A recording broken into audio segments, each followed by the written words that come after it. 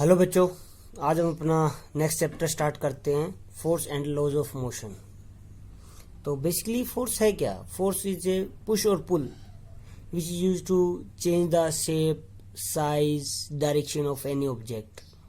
तो हम इसमें पढ़ रहे हैं कि फोर्स क्या है, पुश और पुल। अब होता क्या फोर्स के अंदर, देखो हम देखेंगे कि इफेक्ट्स ऑफ फोर्स क्या है, फिर पढ़ेंगे मास एंड वेट क्या है, उनमें डिफरेंस क्या होता है। फोर्स दो टाइप्स की होती है, balance and unbalanced forces and another contact and non contact forces. तो ये हम इस चीज में हम स्टडी करेंगे और लॉज ऑफ मोशन पढ़ेंगे। तो सबसे पहले पढ़ते हैं कि मास एंड वेट में डिफरेंस क्या है। हम इसमें काफी कंफ्यूज होते हैं मास और वेट को लेके। तो बेसिकली जो मास है वो होता है, it is a quantity of matter possessed by a body. कोई भी बॉडी जो है उसके अंदर क्वांटिटी ऑफ मैटर कितनी है वो उसका मास है। और वेट क्या है? Weight is just a force with which body is attracted by the centre of अर्थ।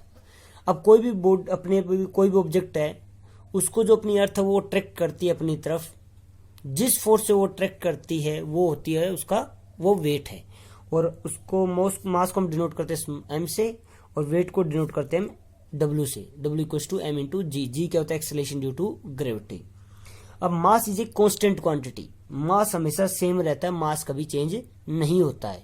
हर कोई भी ऑब्जेक्ट है, अगर उसका क्वांटिटी ऑफ मैटर फिक्स है तो वो उतना ही रहेगा, वो चेंज नहीं होता है। It varies from place to place. जो वेट है वो वेरी करता है प्लेस टू प्लेस। जैसे अपने जो वेट है, मैं कहूँगा अपना अर्थ के ऊपर मेरा वेट 60 किलोग्राम है, और मैं मून पे जाके अगर अपना वेट चेक करते तो मेरा वेट होगा 10 किलोग्राम। तो वहां पे मेरा वेट क्या हो? वेरी हो गया। प्लेस टू प्लेस ये वेरी करता है, क्योंकि जो स्मॉल जी है, एक्सेलरेशन ड्यू टू ग्रेविटी, ये वेरी करती है place to place. Mass is never zero. अगर कोई ऑब्जेक्ट है, एग्जिस्ट कर रहा है, तो उसके अंदर 100% कुछ क्वांटिटी ऑफ मैटर रहेगा, मास रहेगा ही रहेगा, उसका कभी जीरो नहीं हो सकता। बट वेट में भी जीरो। कहाँ पे जीरो होता है? एट द सेंटर ऑफ अर्थ।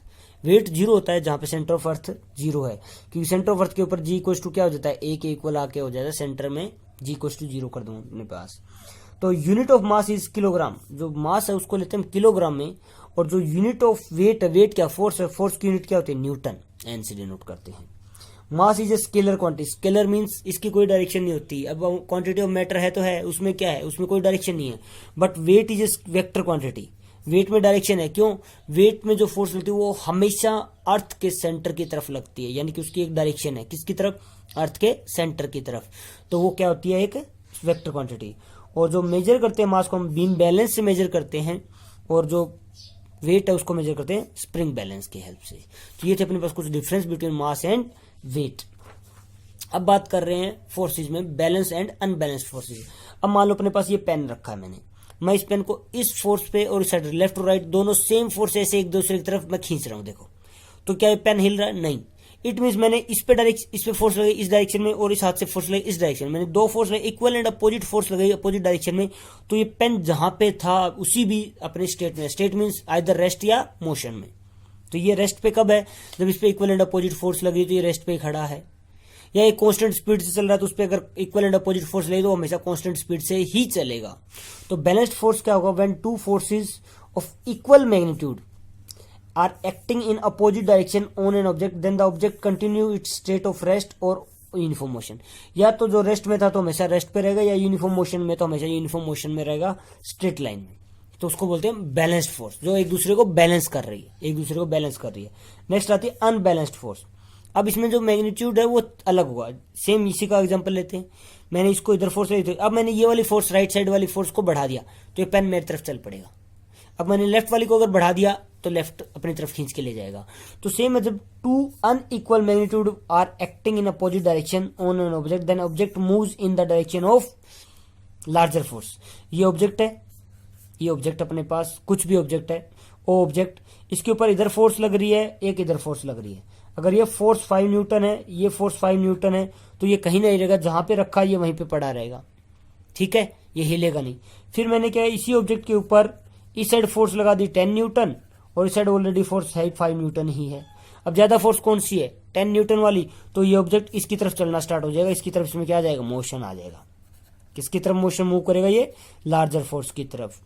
क्यों? क्योंकि वो ज्यादा फोर्स लगा तो वो अपनी तरफ इसको खींच के ले जाएगा। तो ये सब बैलेंस्ड एंड अनबैलेंस्ड फोर्सेस के बारे में। एक टॉपिक अपना है इसमें, इफेक्ट ऑफ फोर्स, कि फोर्स लगाने से क्या क्या इफेक्ट्स आते हैं। सबसे पहले चेंज इन शेप, फोर्स लगाता है तो उसकी शेप चेंज होती है। मान ले अपने पास कोई बैलून है अपने पास, मैं बैलून को ऐसे प्रेस करता हूं तो पहले उसकी सर्कुलर शेप थी, बाद में उसकी शेप क्या इलिप्टिकल हो जाएगी। तो मैंने क्या चेंज कर दिया, उसकी शेप किया क्या, फोर्स लगाने से।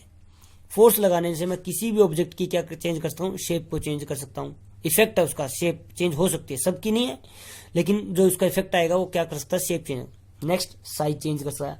अब मेरे पास एक इलास्टिक है, एक रबर है, मैं उसको ऐसे स्ट्रेच करूंगा, पहले उसकी लेंथ इतनी थी, अब मैं उसको बढ़ा के इतना कर सकता हूं।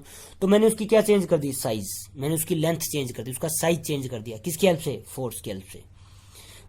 चेंज इन द डायरेक्शन, अगर कोई ऑब्जेक्ट चल रहा है इस डायरेक्शन में, मैं उसको फोर्स लगाऊं तो उसकी डायरेक्शन क्या हो जाएगी, चेंज हो जाएगी। तो फोर्स का इफेक्ट है, फोर्स से क्या क्या हो सकता है, डायरेक्शन चेंज हो सकती है। चेंज इन स्पीड, कोई ऑब्जेक्ट एक पर्टिकुलर स्पीड से चल रहा है, हमने उसकी फोर्स लाई, उसकी स्पीड को कम कर सकते हैं या ज्यादा कर सकते हैं, चेंज करते हैं।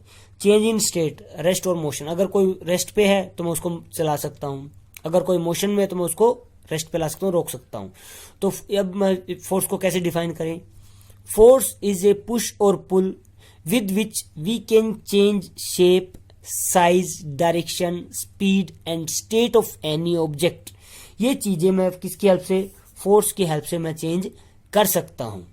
किसकी हेल्प से चेंज कर सकते हैं, फोर्स की हेल्प से। तो ये फोर्स के इफेक्ट हो गए ना, तो इसलिए फोर्स को हम डिफाइन भी कर सकते हैं इसमें।